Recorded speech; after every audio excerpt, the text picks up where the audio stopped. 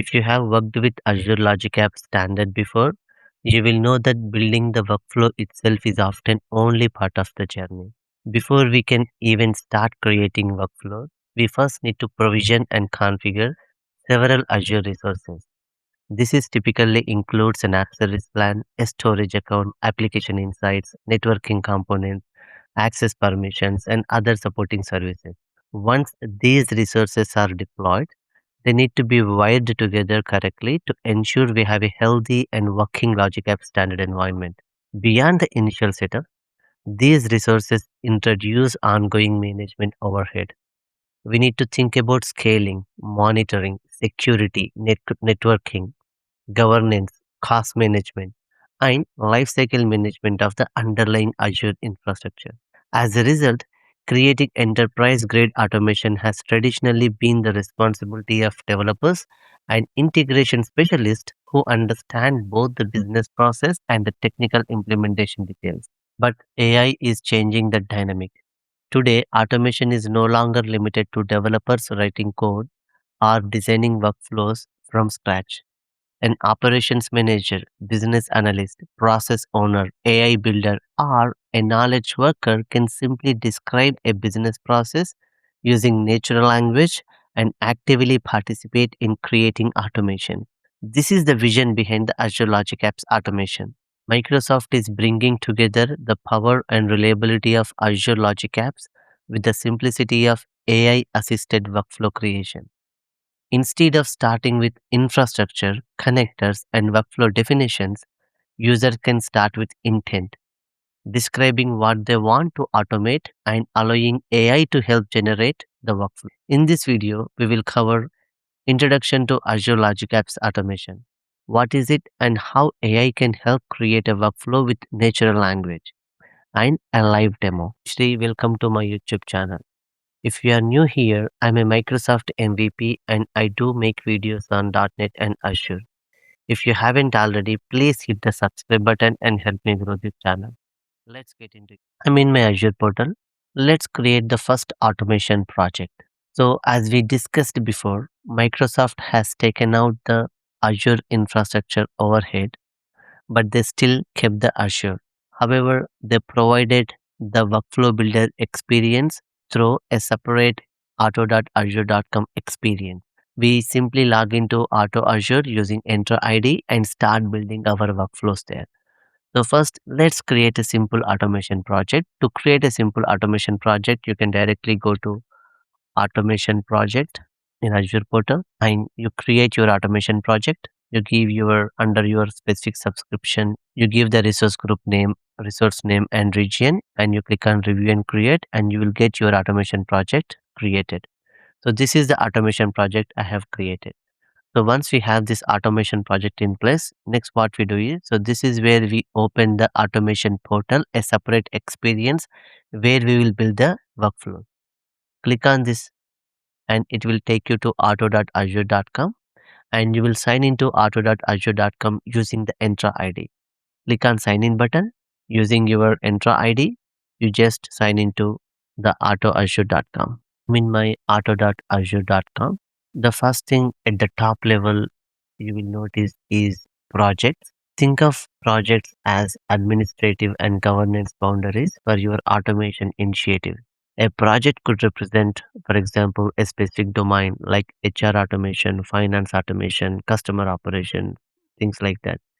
You can organize your projects around business domains, departments, or environment.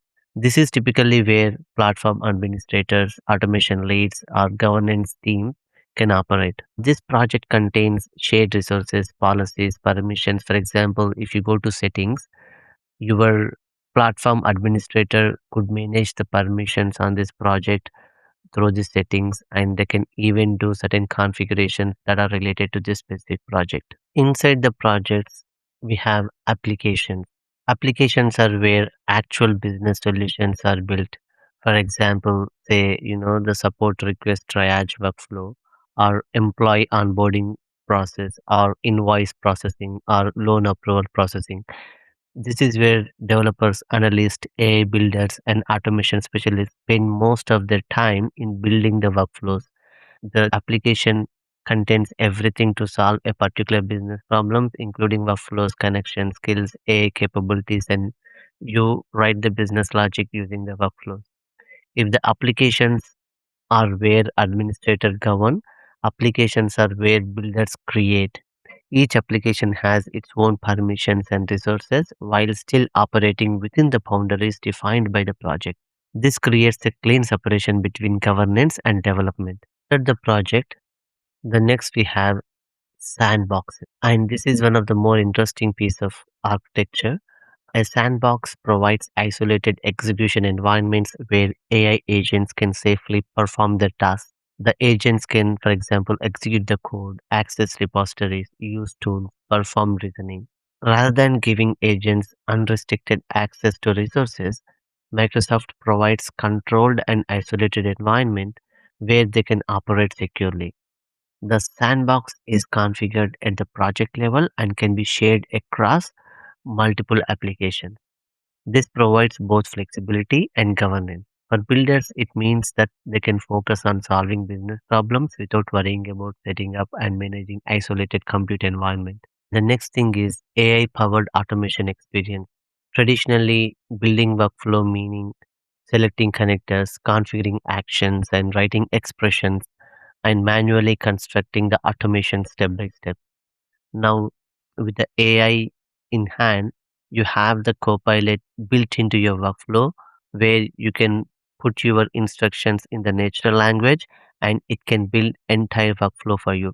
You can even go to a specific action and you can give the commands specific to that action so the Copilot can adjust and take actions accordingly.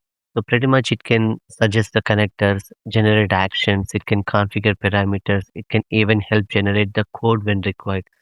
To understand how this all hangs together, you can simply refer to this latest Microsoft blog post and where you have a nice diagram to explain what a project holds.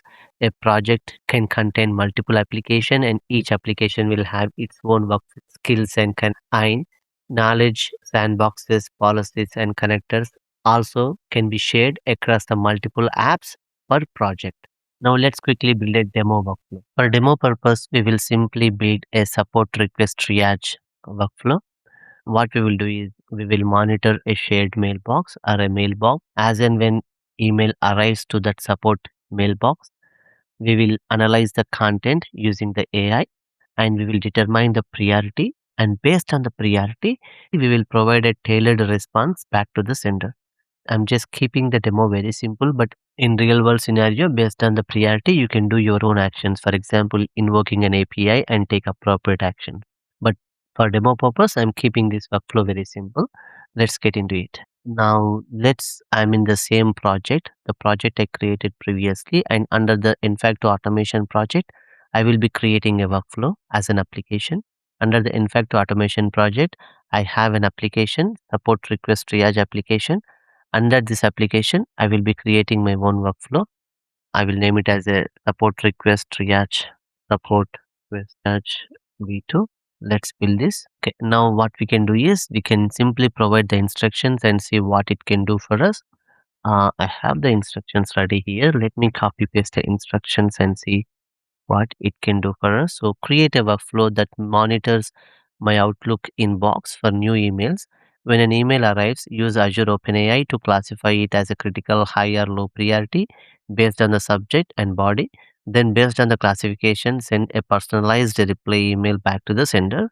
Let's see what it can generate for us. So it has generated the workflow based on the commands provided. And if you see here, it will generate the workflow, but we have to set up the any connections that are required in this workflow. If you see here, one connection that is required is for Outlook email and the second connection that is required for is OpenAI. These connections I need to specify, and as we requested, as and when email arrives, it will classify based on the email content and it will determine the priority, and based on the priority it is trying to send a tailored response. I have already set these connections up and corrected the actions as required. And while setting up the connection, if you encounter into any issues, again you can take the help of Copilot, and Copilot can give you the tailored response specific to this specific action. So if you encounter any issues at any action, you can open that specific action simply and ask Copilot with the specific details, and it can help you. So I have already set up the connections. This is the workflow which I have already created using the commands, and it has set up the connection. So this is a connection which I have set up already, Outlook connection, and I have my own OpenAI model ready. And this OpenAI model will classify the incoming email, and based on the incoming email, we'll determine the priority and we'll send out an email. So we can quickly test this workflow. To test this workflow, you can either send an email to my email box, or you can directly click a text. So it will post a message to the user and test the draft. It is running. So if you see here, this has been successful. Based on the email content, it has classified the email response, and based on the priority, it has sent a low email to my email box. You can even see clearly at each action what has been received, and the email body. This is the compose input, and classify email is what an actual OpenAI call to determine the of the email, and that is determined to be low, and it has sent a low email to my email address. So you can see the email has been successfully sent.